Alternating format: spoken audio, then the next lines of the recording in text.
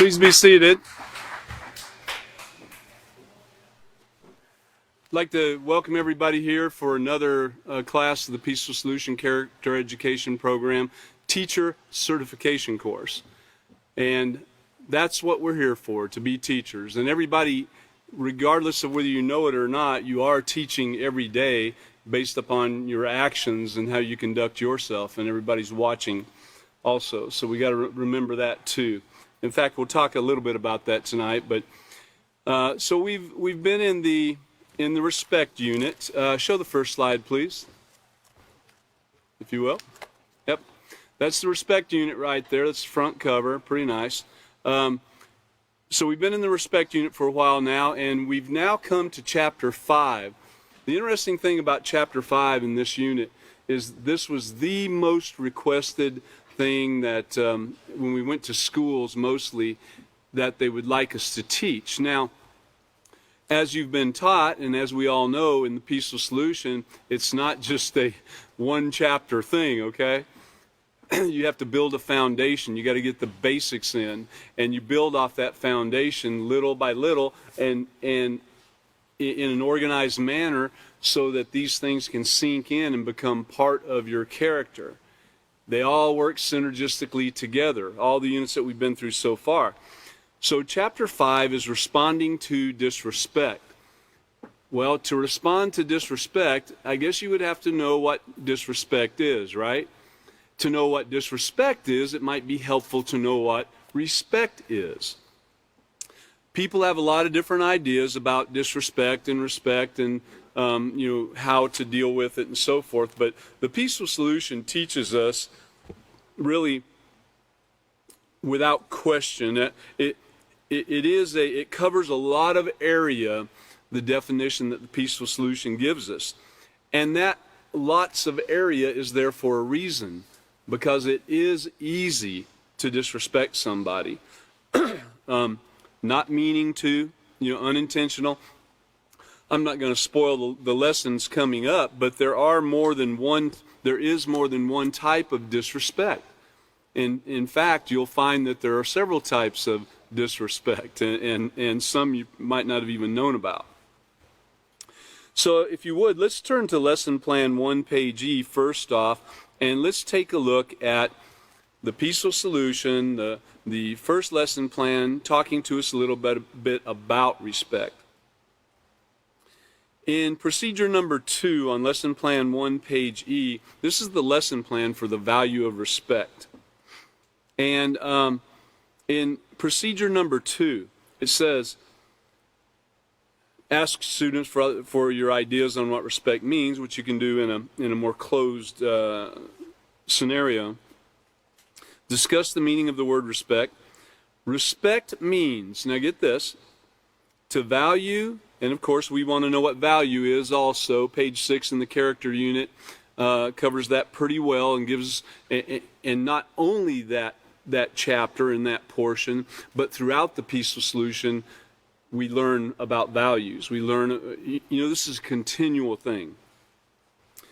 So respect means to value or regard the worth of people and things, and to treat them with consideration, care, and concern. Care, concern, consideration, that covers a lot of ground. Now we know that part of treating someone with respect is using self-control, using acceptance, being responsible, and learning how to truly care for others and care for their belongings as well as yourself and your belongings. So even though we might have a kind of cut and dry definition, it covers a lot of ground once again. So you have to think. You have to think about these things. If you were doing something that most people wouldn't find disrespectful, and you have someone next to you that asks you, can you please quit doing that? I have a medical condition, and that's making it much worse. If you wouldn't mind stopping that for the next 10 minutes or so, or something of that sort, do you think it would be showing care and consideration and respect to abide by that person's desire in that situation. It's not something that would hurt you and not something that would hurt anybody else. If you stopped and thought about it, it wouldn't hurt you or anyone else for you to refrain from that tapping right next to them for the next 10 minutes or whatever it might be. That's just an example. So it does call for some deep thinking on this subject. And that's what the respect unit is for, is to give us examples, stories, definitions, and so forth of what respect is and what disrespect is and how we can show respect and avoid showing disrespect. So that's to start with. Now, if we'll go ahead and turn, we'll get into this lesson. If we'll go ahead and turn to lesson plan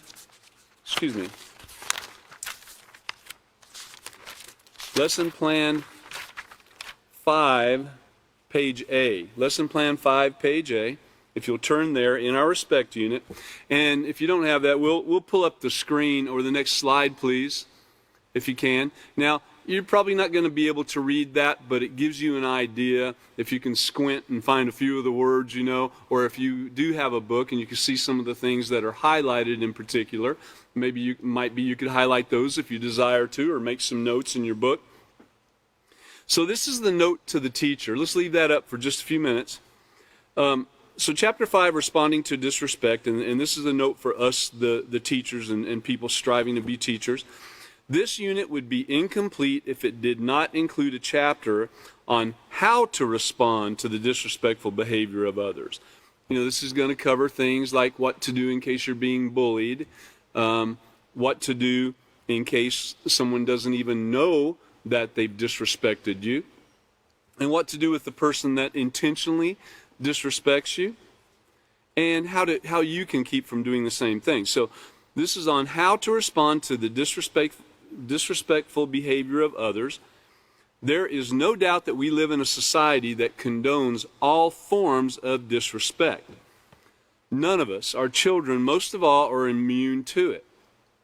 Despite the best efforts to consistently treat others with care and concern, some will respond to respect with disrespect.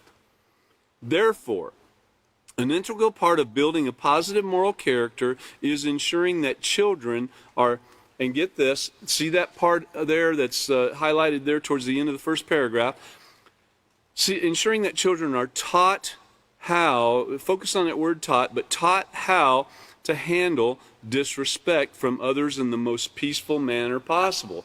Taught how. Okay, you can drop the slide for a moment. Now, in teaching how to handle disrespect from others, teaching children, teaching adults, we can have plenty of examples, plenty of words, plenty of definitions. But you know, our actions teach. Our actions teach louder than words. What is it that we're teaching? When we're teaching a child how to handle disrespect, are we teaching them being considerate of our actions on what's taking place, on what they're seeing? Are we getting in conflicts, arguments, and so forth, and not handling it properly, and then the children see it, or other adults see it? This is the thing that you have to really keep in mind when you've decided you want to become a teacher of the Peaceful Solution, and this is something that you've got to keep in mind. Now, granted, nobody's perfect, and we try very hard. And I know that other teachers and those of you that are striving to be teachers of the Peaceful Solution also try very hard to fulfill these obligations. And I do say obligations. The obligation is in practicing the Peaceful Solution Character Education Program. So what are we teaching the children? What ways do we teach? Well, we teach by the stories. We teach by the examples. We teach by the definitions. We teach by the words. And we teach by our actions. And we have to keep that in mind, because that's the hardest part. Oh, I can come here and read a few lines out of here, and it all sounds great. But when I walk out the door, what am I going to do? That's the thing to keep in mind. I know the author of The Peaceful Solution, he lived what he taught for sure. You know, he definitely taught the children by his example, by his actions. He taught the adults the same way. So this is what we want to keep in mind as we're going through this chapter of responding to disrespect. With all the greatest intention, you know, when you go into a school, for instance, as a teacher, when you go into a school, a prison, some kind of facility, and they've asked you to teach a certain portion, and like I said in the beginning, we know that it doesn't quite work that way, but at the same time, there might be something in here that child or that adult has never heard, and it might click in their mind, and something just might give, and they might start trying to respond in the proper way. You know, this is an introduction. One of the things about it is, this is an introduction to morality. The Peaceful Solution Character Education Program is an introduction to morality. There's many children and adults alike that haven't experienced much morality in their lives. Oh yeah, sure, everybody's got a little bit of morality in their lives. You know, otherwise nobody would ever be around them. They wouldn't be able to work anywhere. They couldn't even walk in the store and do anything if they didn't have some self-control, right? And showed some little bit of respect from time to time.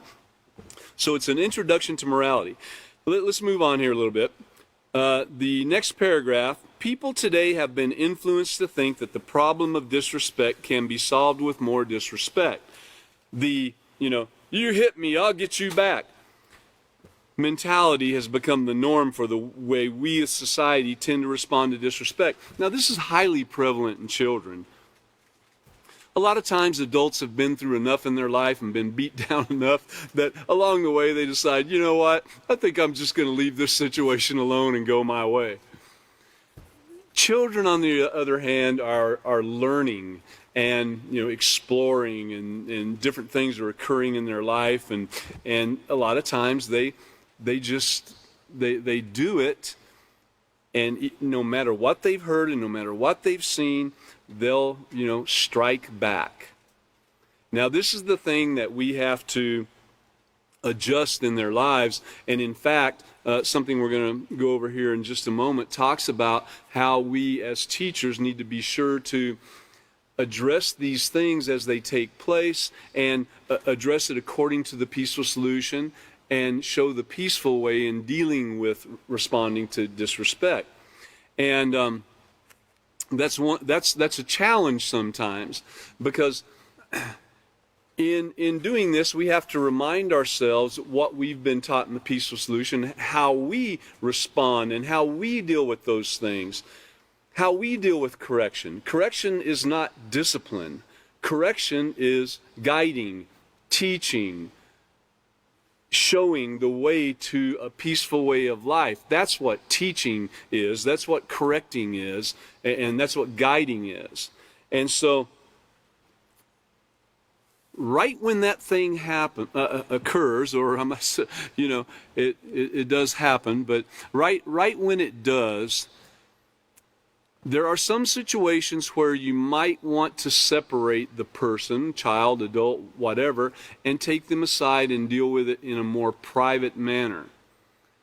In some instances, the right thing might be to take it right there and go with it in front of whoever's there. So you have to discern these things and be aware of what's the best way to do it. Is it going to cause a bigger scene than what was being caused? Is the person that's doing the disrespecting so far out there that they wouldn't listen to anything anyway? So you gotta look at these situations. But this "I'll hit you back" mentality has become the norm. And this way of thinking has become ingrained in the minds of our children and has resulted in the rash of school shootings and other acts of violence that are plaguing our nation today. So think about it a minute.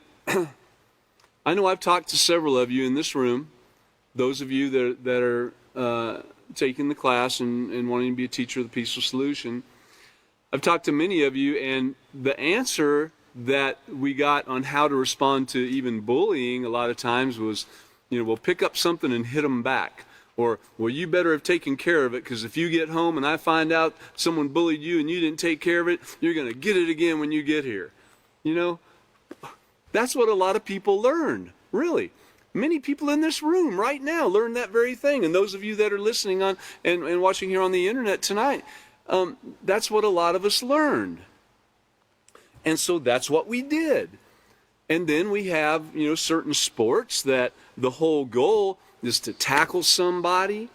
A lot of times the coaches get really involved in it, and they want to win under all circumstances, and they'll tell somebody to take somebody out, or to attack their weakness. You know, they got a weak leg or a weak knee or something. Attack that knee, get them out of there, let's get them out of the game, you know, that type thing. That is not respectful at all, but yet we're taught that at a young age, and it carries on in our adulthood.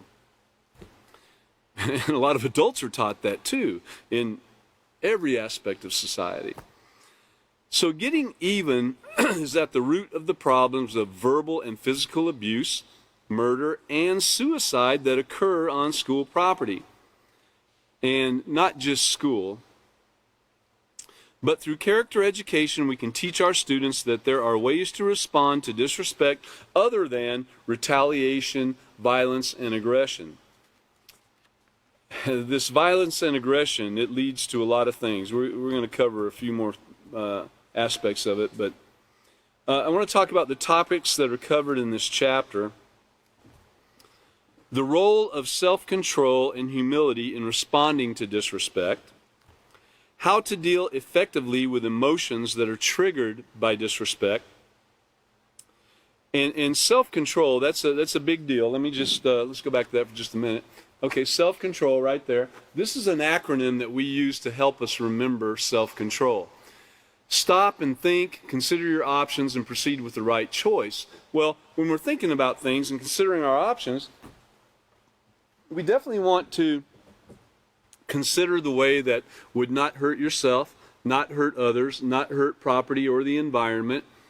That's what we want to do. And what is hurting others? You know, is it hitting them in the face? Is it calling them a name? Is it kicking something out from under them while they're walking? Is it stepping on their shoes? Is it, I mean, I could go on and on and on and on and on. There's a long list that would fit that bill. So we have to think about these things and how easy it is to not show that care and concern for our neighbor. It's very, very easy to do. And then how to deal effectively with the emotions. You know, as we know, the emotions are a strong thing. We've learned about emotions. We've covered some things in the self-control unit about emotions that lead into, you know, why we have some of these emotions, the influences that come our way, and so forth. Emotions are very, very strong, and you can't base your actions, you can't base your decisions upon emotions. You have to let the emotions go by the wayside for a minute and then come back and think about what to do. Otherwise, you're going to make a wrong decision every time. It's ridiculous. You know, if you're overjoyed and you stand up and say, "I'm giving away all my money," or if you're sad and you stand up and say, "I'm fixing to shoot everybody in this room," you know, I mean, those are extremes.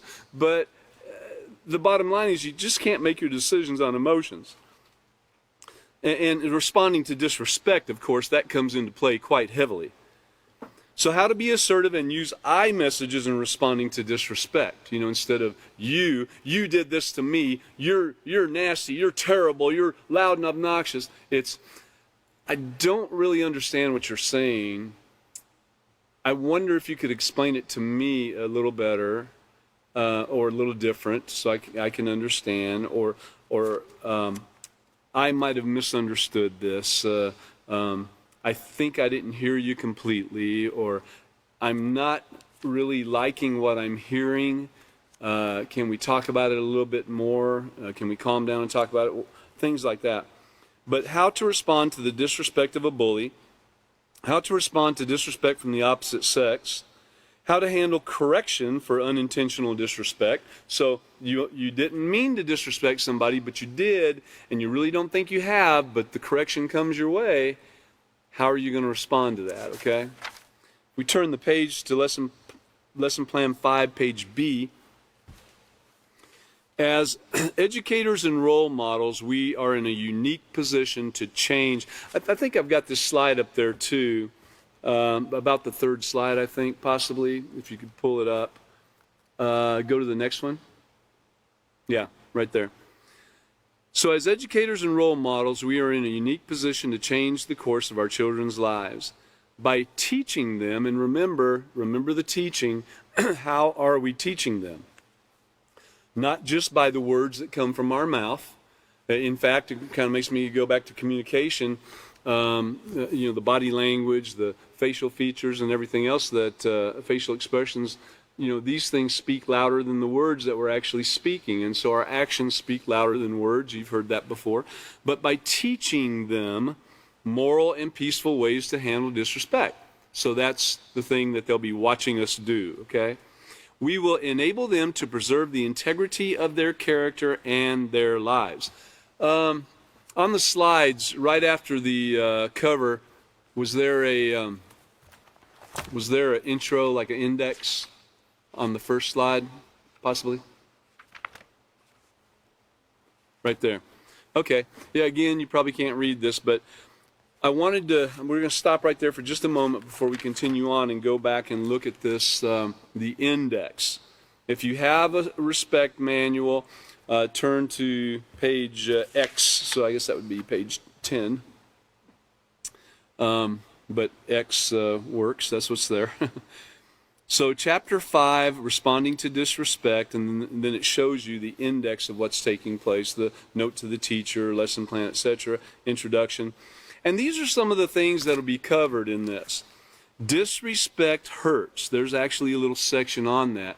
And it talks about how badly disrespect hurts. It's not just a one-time thing. Then we have the question of the day. We have preparation requires self-control. As you'll find, self-control is needed in everything. Without self-control, you're not going to get very far at all. Okay? Just remember that. Self-control in your emotions. Don't hide behind anger. That's interesting. Don't hide behind anger. You're hiding behind it. You're using it as a defense. Positive communication helps you deal with disrespect. There's that communication. A is for appropriate responses. And then there's a song, show respect anyway. Then there's another section, when familiarity breeds contempt. Let's take a closer look at families. Let's take a closer look at friends. So there's those sections to help us deal with that. Putting it all together, then a different approach than what the norm is. Then we'll talk a little bit about bullies. Let's take a closer look at humility. All right? So you're going to find that to respond properly to disrespect, it does require a bit of humility. Putting it all together, food for thought, and then responding to disrespect from the opposite sex, and then what to do when the shoe is on the other foot. Maybe you've been the disrespecter or the disrespectee, and what if it switches around there, and you're the bully? What I've learned, and then a few activities and so forth. So that's how this is going to go, this entire section. And so what we're going to do right now is we are going to turn to Lesson Plan 5, page C. Lesson Plan 5, page C. And this is the lesson plan. There's a purpose and objective. The students will learn how to appropriately respond when someone shows them disrespect. So these are some of the things that you as the teacher, this is your purpose, this is the objective, this is what you want to get across, is give them some tools to use for when people disrespect them. And also to help them not disrespect people too. Some of the materials are some audio lessons that could be available on CDs and cassette tapes and so forth. It's on CD now. Excuse me. And then the student's handbook. So let's look at the first procedure. Number 1. It says to review the previous lesson, Respect in Society, by asking students the following questions. And why do people disrespect others? Well, answers are going to vary, but might include things like, well, they haven't been taught the value of respecting others, or they've been taught and they choose not to. That takes place too. And a lot of, because of the way they've been influenced. Then you have jumping to conclusions. You have influences that come their way, and you have the different cultures. You know, even the different cultures. By accident, you can disrespect somebody from a different culture, whether you're in their realm and their nation or so forth, or they're here amongst us. It would be easy to do that. So these are some of the reasons people disrespect others. Let me look back here for a minute.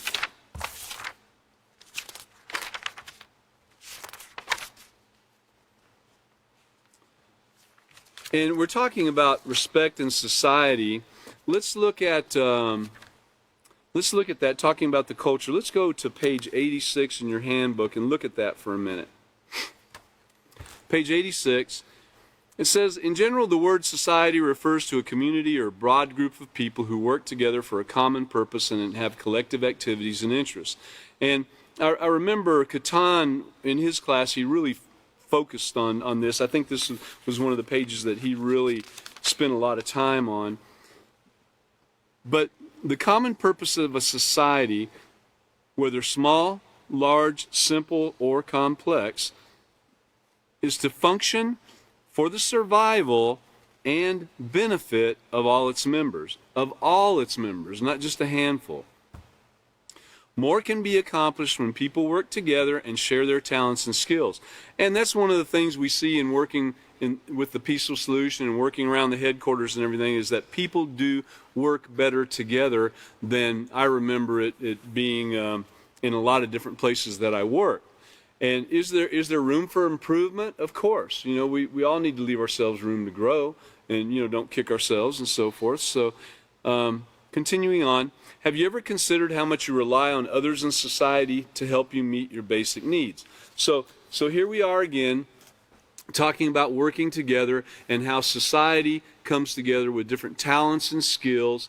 You know, there's a barbershop available in the city, the little town that's nearby. There's a barbershop there, there's a plumbing shop there, there's an electric shop there, there's some mechanic shops there, there's hairstylists, there's restaurants, there's fast food, everything you could name, clothing stores, a general type store, etc. And there's people to help you in case you need some kind of legal assistance or some type of advice on how to do things. There's lawyers nearby, there's doctors nearby, there's everything that's actually needed to form this society, and people work together to grow. The basic needs, the food, there's farming nearby, where you could get just about any kind of thing that you'd like to eat. So this is society, and when there's disrespect in society, then it makes society fall apart. It might not occur overnight. It might take, 50, 100, 1,000 years or something, but it will make it fall apart eventually if it's not corrected. Oh, and on down, let's go on down to the bottom of that page. Another important point is that culture is derived from society. Culture includes a shared set of attitudes. Get that? A shared set of attitudes. It might not be the same attitudes that we have in our culture. At the same time, that set of attitudes might not be anything that would harm anybody. Like our attitudes in our culture that we have in these little towns near us might not harm anybody too. So, but there's the opportunity, though, that those attitudes might harm somebody. If there's an attitude of going to war at the drop of a hat, that could be very harmful to people in their lives, right? So, but it's a shared set of attitudes, values, goals, and practices that distinguishes one group of people from another, and a culture is what makes one society different from another. And there can even be different cultures within a society. For example, the United States is a country with many different cultures, okay? And, it ranges from how we talk to each other to how we dress to what we eat and so forth. And on page 91, you'll see that respect bridges that gap between cultures. I'm going to read this. In some instances, something considered respectful in one culture might be disrespectful in others. Disrespect is a lack of care, concern, and courteous regard for others or their possessions. There is a long list of words that are actually synonyms for disrespect. And it includes being rude, it includes fighting, it includes arguing, it includes a lot of different things, but it's interesting that being rude was at the top of the list. And so some people might think that, well, I'm rude, but that's my personality. That's my character, that's my personality. Well, guess what? If you're going to show care, true care and concern for others, and being rude it's disrespectful. Many people find it very disrespectful. So it's even a synonym for it. So that's something to keep in mind, that you don't have a free pass or a get out of jail free card to be as rude as you want to be to people. It's not like that. There's some conformity that might need to take place there on coming together and showing true care and concern and respect. So disrespect is the lack of care, concern, and courteous regard for others or their possessions. For example, did you know that in some cultures, belching aloud after you eat is not only respectful, but also polite? So when in that culture, you might want to try it, In our culture, most of it, it's considered disrespectful to belch at the table. Is it something that would hurt anybody, like physically hurt them? No. Is it something that could mentally hurt somebody? Possibly if they have, if something is wrong there, or if they have the wrong mindset, or they have some kind of a disorder that would just drive them up the wall if you did that. Well, it might be more considerate, courteous consideration, courteous regard to not do it. Thinking about the other person, thinking about them, putting yourself in their shoes, showing some empathy, right? And actually being courteous. There's nothing wrong with that. So belching aloud, especially in the presence of others, is considered disrespectful, rude, and crude. And although there are some differences as to what is considered respectful and polite from one culture to the next, there are universal behaviors that bridge the gap between cultures. Okay, so procedure 1B. What are some of the consequences of disrespect? Okay, so some of the things might be the violence and aggression that comes from that. So violence and aggression, you can turn to page 94. If you go back to page 94, and at the top of the page it talks about exploring the disrespect in society once again, and what comes from movies and what you learn at school and this behavior that you witness and how it can have an effect on you. But violence and aggression can exist in two forms, verbal and physical. Did you know that derogatory, negative remarks about someone's skin color, nationality, physical appearance, as well as threatening to hurt someone are forms of verbal violence and abuse? That's right, words can be violent. What about not just skin color and nationality or physical appearance? What if it's something else? What if it is the way they smell, or the way they sound, or the way they eat their food, or the multitude of many other things that could be, that you might say, well, I'm not saying anything about their skin color, nationality, or physical appearance, so I'm not using any kind of verbal violence. Think a little deeper. That's where empathy comes in. That's where walking in another people's shoes. What has this person been through in their life? How did they grow up? What did their parents teach them? What did their grandparents teach them? What's in their genes? You got to consider all these things when dealing with people. So whoever said words couldn't hurt, you're wrong. Words do hurt and can result in lifelong emotional scars. Verbal threats and insults can leave victims feeling humiliated, scared, anxious, frustrated, angry, even to the point someone might want to cause harm to themselves or others. We've already seen that in schools where, you know, these boys were bullied for years and they finally decided to take it out on everybody and get back and get even. Was that the right thing to do? No, it wasn't the right thing to do. But it wasn't the right thing either to bully them just because they were different, dressed differently, combed their hair differently, ate their food differently. You know. So then there's physical force with a fist or kick or a weapon. Well, that's the most dangerous kind because it causes things, you know, pretty much right away that are sometimes completely irreparable. And it gives some examples there. So, and you could go on and read that. It goes on for a little bit. And then page 96 or 97, excuse me, we've got racism. So racism is an interesting thing. It seems that, you know, everybody can cry racism. It doesn't matter if you're white, if you're black, if you're Asian, if you're Indian, if you're African, if you're light color skin, dark color skin. It doesn't matter. Everybody can find some reason to cry racism. Right now, there's a huge divide in this United States over that word racism. And really, the thing about it is, it's so silly, really, because, you know, we are the same except for a small portion of our DNA. I think it's a small percent of 1% of our DNA that makes us different. That might make our skin a different color, or our eyes shaped a little differently, or our body shaped a little differently. I mean, it's such a small difference, but yet people have such regard for that small difference. And so it doesn't matter what color you are. Screaming racism is ridiculous. Can you scream disrespect? You betcha.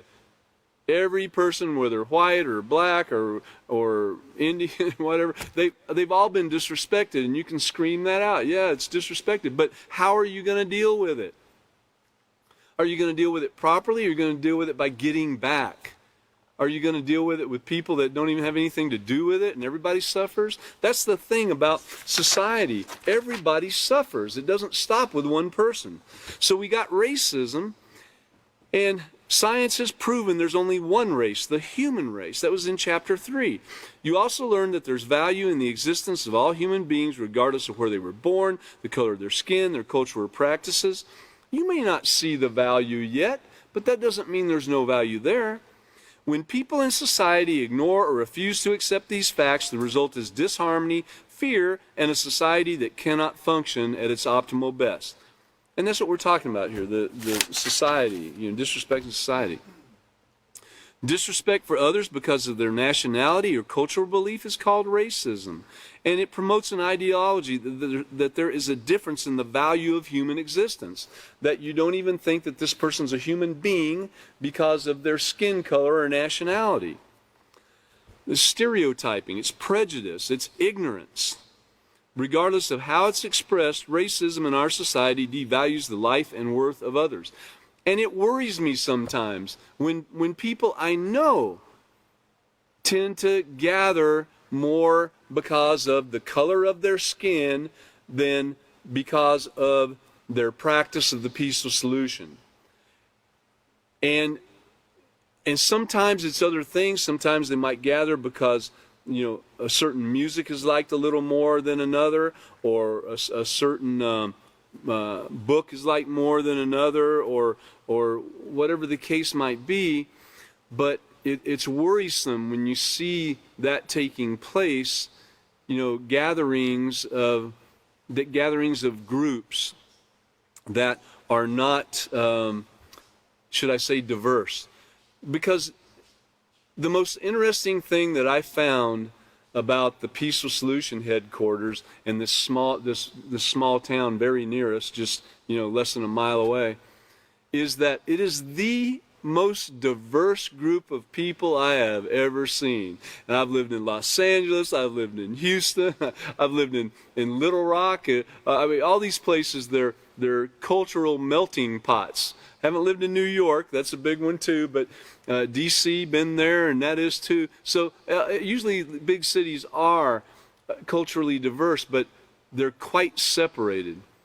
And their goals are quite separated as a society. Whereas here, what I see in this little town nearby is the diversity of not only race and I say race, but not only color and nationality, but I see diversity also in the way people dress, in the way they comb their hair, and the cars they drive, and so forth and so on. But there is a uniting factor, and that uniting factor is that we all want peace, and we have found the way to peace is the Peaceful Solution Character Education Program.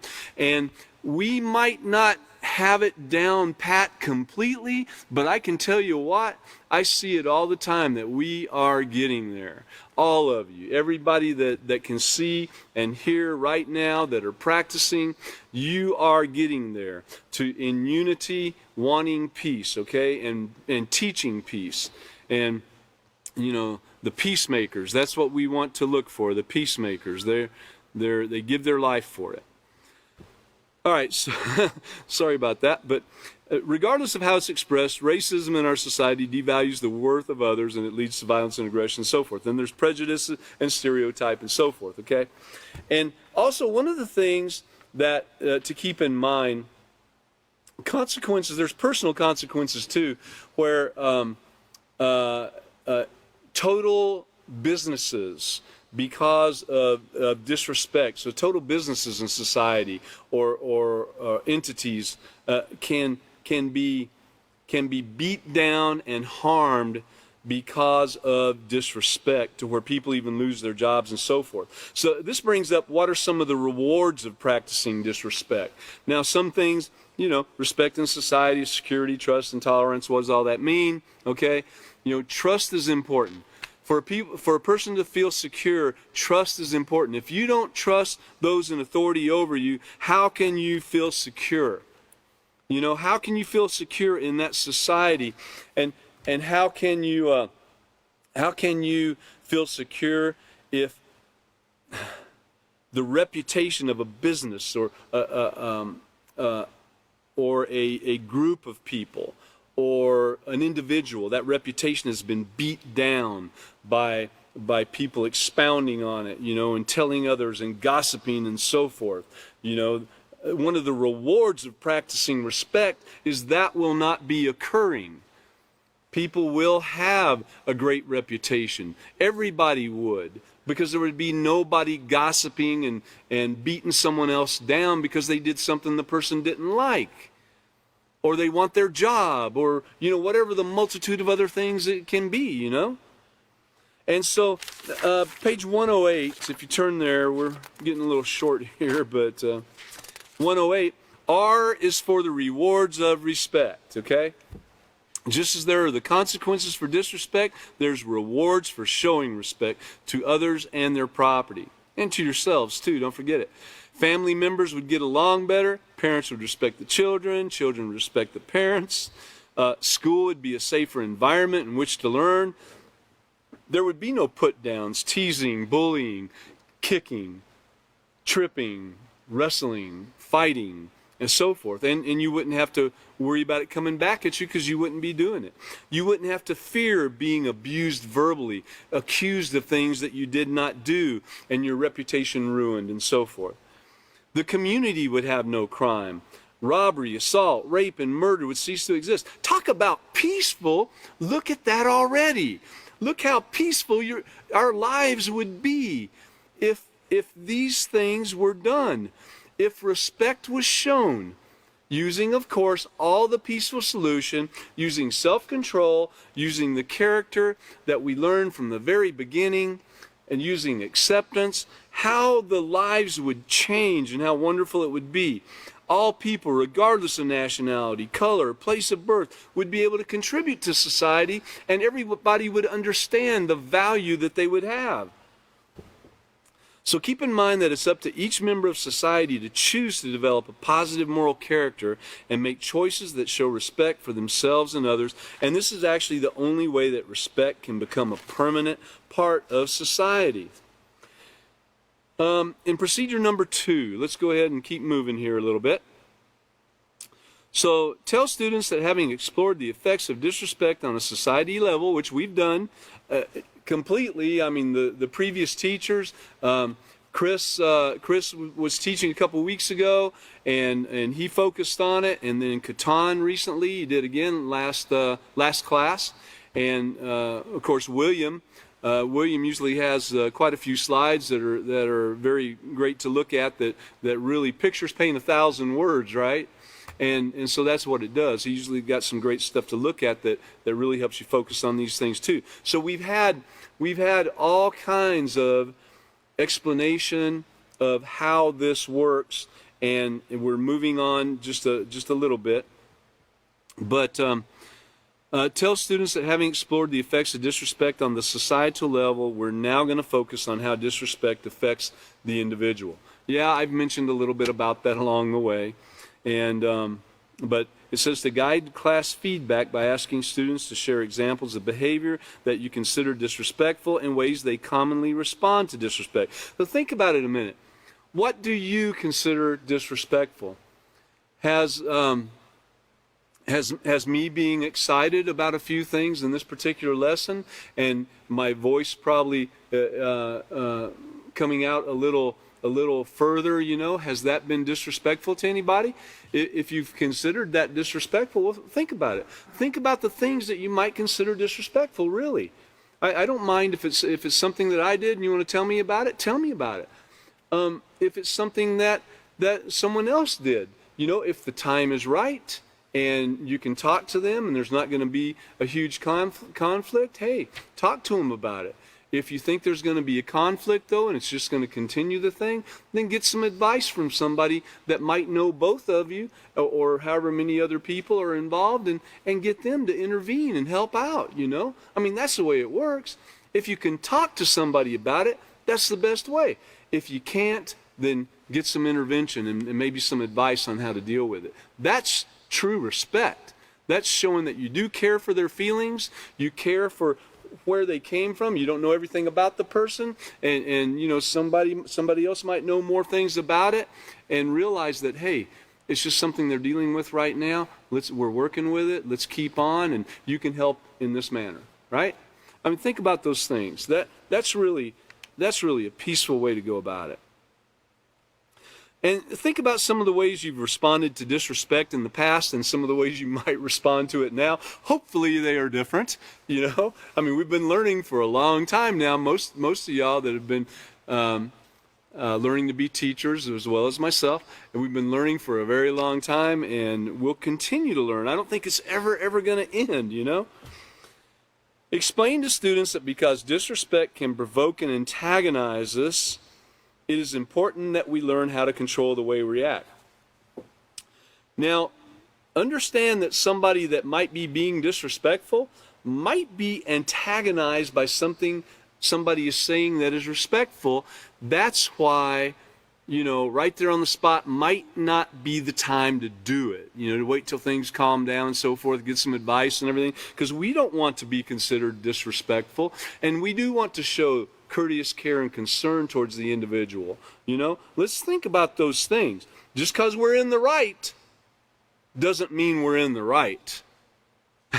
Just because we're in the right, in other words, doesn't give us the right to then show disrespect. And it doesn't give us the right to antagonize anybody in any way. I know there's probably going to be questions about that statement.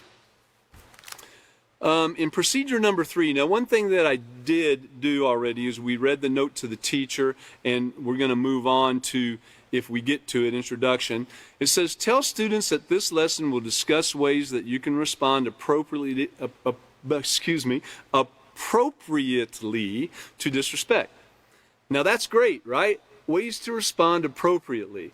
Now, there's some words in here, there's some suggestions in here. They're not going to fit everybody, but they might fit some of you, and you might be able to take it and use it and put it in your own words when dealing with somebody, so it doesn't sound, corny or like you're trying to be a smart aleck and make the situation worse than others. But we want to read the introduction, the section Disrespect Hurts. Before we do that, I do want to, going back to the teaching, we've got a few minutes, going back to the teaching and how we as teachers need to constantly be aware of how we're dealing with these situations. We have to be able to discern how it is with a person, find out more of what's going on with the person, and find out the best way to deal with the person, and keeping in mind that people are watching what you do. Everybody's watching. So let's go to the very front of the book, page XIII. That would be 13 in Roman numerals, I believe, if I remember, but XIII, influence from the teacher. That is, let me see if I can find it. Okay, that's the preface. It's, it's right there, the preface, influence from the teacher. I don't know if I've got that on a slide. I don't think I do. But thinking back on my early school years, now this is some influence from the teacher, okay? This is the author of The Peaceful Solution, and just listen here for a minute. Thinking back on my early school years, I remember many of the things taught by my teachers that were not part of the regular curriculum. It was those teachings that influenced my thinking, my character. Many of them still guide my actions today. Who influenced you? Think about it for a minute. Who influenced you in your life? Who influenced you positively or negatively? I remember very early in my childhood, even before my school years, things that my parents taught me that guided my interactions. See that word, guided? And he's talking about things the way his parents taught. They taught by their conduct too. I remember him saying, in fact, I think he talks about it in here. It might be in another section, but he talks about he's never even seen his parents have an argument about anything. So that's conduct taught him a lot, and it stayed with him all his life. So I remember early in my childhood, he says that my parents taught me and actually guided my interaction with others. One statement I heard more than once from my father in the face of some event was, "Son, 2 wrongs don't make a right." And look what society today teaches, hit them back. But that's guiding and counseling and teaching. We're wanting to be teachers, right? Had my father's words not been mentioned in my hearing, but more damaging words such as get even, fight back, I'll never forgive you, all that, he might have treated others differently. So see that? In my lifetime, I've seen many people retaliate, children, adult, nations. I've never seen peace brought by someone doing wrong to another after that person did wrong to him. Have you? Think about it. Think about it. That's what this is for. It's to make us think. This whole thing is designed to help us think. Stop, think, consider your options before you proceed. Teachers greatly influence our future leaders. If you want to read more about that, we don't have time now, but you can go to Character Unit, page 60, make a note. This means that can influence our future leaders, the children. This means that teachers impart knowledge, giving power to self-control. But just a few words placed in a person's mind at the proper time can guide that person into thinking the rest of his life. And the actions, like we saw, the actions that the author of The Peaceful Solution, the things he saw, the things that guided him. Reading The Peaceful Solution character education program to any student will mean a lot. Influencing the student, everything you say and do, with the personal determination to leave the classroom with the wisdom and knowledge found in these books will mean everything. Everyone needs direction. And it talks about the early teen years are so very important to give direction to. And if you're not guiding the children, they're going to get there, and if they don't get their values from you as a parent and teacher, then they're going to start forming their value system through other things like TV, music, peers, at school, and so forth. So we have to look and see how important values are. On page 6 in the character unit, you can look there too. And there's so many choices now. They can go to the internet and start forming their own opinions about everything. So the stage is set, and because the teacher is exalted in the mind of the student as the one having the answers, so we dedicate these books to the teachers and the world leaders of tomorrow. And on the next page, XIV, it says, the trust we place in you is the ultimate sacrifice. We place our children's lives in your hands. And another thing,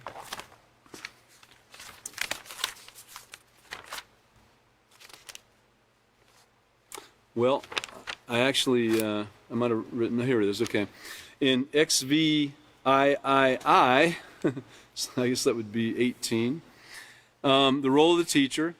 As educators, it's extremely important that we understand the tremendous role we play in the lives of our students. Therefore, our participation in this program is essential to its success. Review the concepts every time a situation arises. Now listen to this. This is important, because every time a situation arises, not just when the lesson is presented, but every time you want to bring it to the attention, you can bring it to the attention what has taken place, and you reiterate the lesson and tell them, you know, this is why we don't do this. This is what's done. But the thing we have to learn is, when's the best time to do that with that student? Is it right now? Is it on the spot in front of everybody else?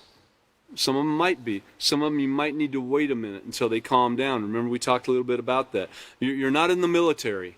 You know, it's not something like, Private, I told you to get that gun up with your right hand and hold it. And sitting there demanding it even though the man doesn't have a right arm. Now, that's an exaggeration, right? But just imagine how militarized and demanding that would be. Whereas if we needed somebody to do something and gave a direction for someone to do something, like a student, a child, an adult, whatever, we're going to give the instruction, but we're going to look at it and determine, okay, does this person have the ability to understand what's even being said? Can that person deal with it? Does he have some teaching to go along with it? How far back do we need to go? Do we need to start back in the character unit? And you know, so there's a lot to think about, okay? Be diligent in correction, which means guiding, teaching, directing, leading. Be diligent in that, but do it the right way. You know, screaming at the person, sometimes it might be necessary. If something drastic is fixing to occur and you've got to raise your voice to stop it, you know, they're fixing to get hurt or hurt somebody else, or they're fixing to do something that would cause later some extreme circumstances in their life, you might have to raise your voice to get their attention for sure. But you do that in determining if that's the way to handle it and if the person can handle it. We got to keep all these things in mind when we're teaching. We don't want to be accused of disrespect. We don't want to cause, which of course people make their own decisions. You know, so what they choose to do is what they choose to do. But we don't want to be part of the problem. We want to be part of the answer, and we want to bring peace to the world, not continual antagonizing and so forth. And so consider those things, and I look forward to seeing you on the next class, which will be this Wednesday, the 31st at 5:30 p.m. That's for everybody out there on the internet too. You're invited to tune back in. And so thank you for coming tonight. Hope you all remember everything you're being taught in the Peaceful Solution. Thank you.